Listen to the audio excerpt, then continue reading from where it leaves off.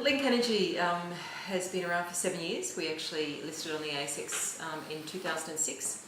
An incredibly diverse business. We have both a conventional and unconventional oil and gas play in multiple jurisdictions. When this business was born, it was very much an R&D entity, whereas now we're actually on a journey to commercialisation. So it's a very challenging time. The reason why we engaged XGAP was all about, we felt there was a gap in our execution. For anyone in a listed company with shareholders that they're accountable for, our ability to deliver on our milestones and execute on our key deliverables is critical to our success.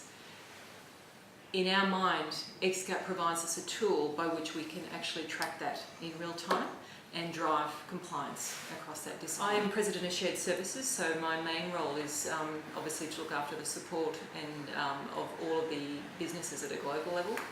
And that incorporates corporate communications, stakeholder management, global facilities, IT and telecommunications. So basically anything that in people's mind supports the back office of any given business. But specifically in relation to XGAP, I was tasked to manage the discipline about 12 months ago. I'm obviously very privileged to travel around this business on a very regular basis, so I have a good insight into the people in various locations. And I'm a huge advocate for the discipline because it enables us to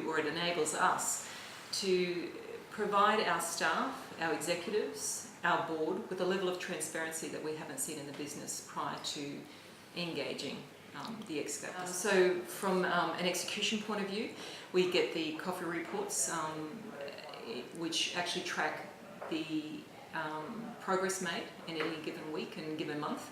But in particular, we actually provide the board an overview of what that traction looks like on a monthly basis. And it's the responsibility of every executive to be held accountable, to have their teams being held accountable, so that the board believes that they're getting a good understanding of what is being executed across all disciplines. In a business, well, in my experience in business, you often are faced with an opportunity where you can only really give feedback or track people's progress on an annual basis when you're doing your performance reviews. In Linc Energy, we do that twice a year. But what this allows us to do is to actually engage our people, making sure that they are actually focused on the right things, which is the most important thing, that they're executing against those key deliverables. And it speaks to the overall and overarching business plan of what we've committed to the market. And that's where the board gets that level of comfort, because they're getting actually the strategic commitment of what our measures of success are from the business perspective, what each executive is committing to, and then right down to the receptionist. Every single person has a 90-day contract. And I think in observing as I travel around, it increases buy-in from the staff because they have absolute clarity as to what is expected of them. Speaking as a manager of a team of nearly 20 people, it provides me with the tool that allows me to track performance, obviously.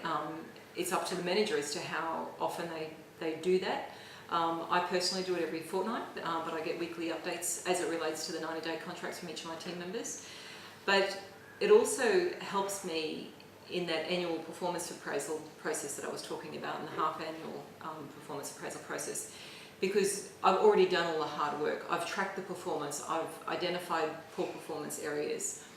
So in my mind, it creates a discipline within the business and within the team that allows you to be more regular with your feedback. It fosters that it nurtures that relationship that you have with each of your team members. And I think it empowers the individual that if they are clearly identifying the right things to focus on, they're delivering against their targets, they can't be blindsided. But more importantly, the manager can't be blindsided. And it was something that I was actually talking to an executive about. You've seen the evolution of him over the last year, which probably he felt that the discipline wasn't of value to him, and then you've seen him now over the last 12 months to come up to a point where in his mind he cannot articulate the strategy of his team without the XGAP discipline, and that's quite a journey for him. It fosters a very strategic discussion, yet it then forces people to be very transactional in what they're going to deliver. Well, I've been in the business 7 years.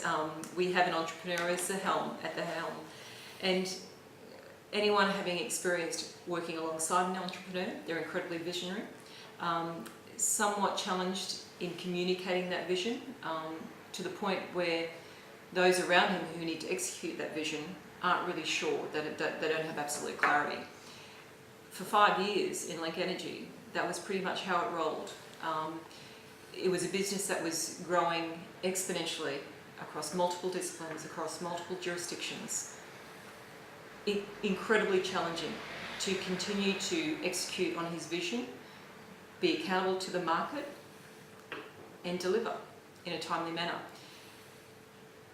We learned along the way that obviously we weren't doing it very efficiently or effectively, which is why we engaged XGAP in the first place.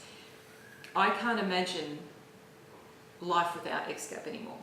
It is so ingrained in our business now. The discipline is such a strong place, it holds such a strong place in our business.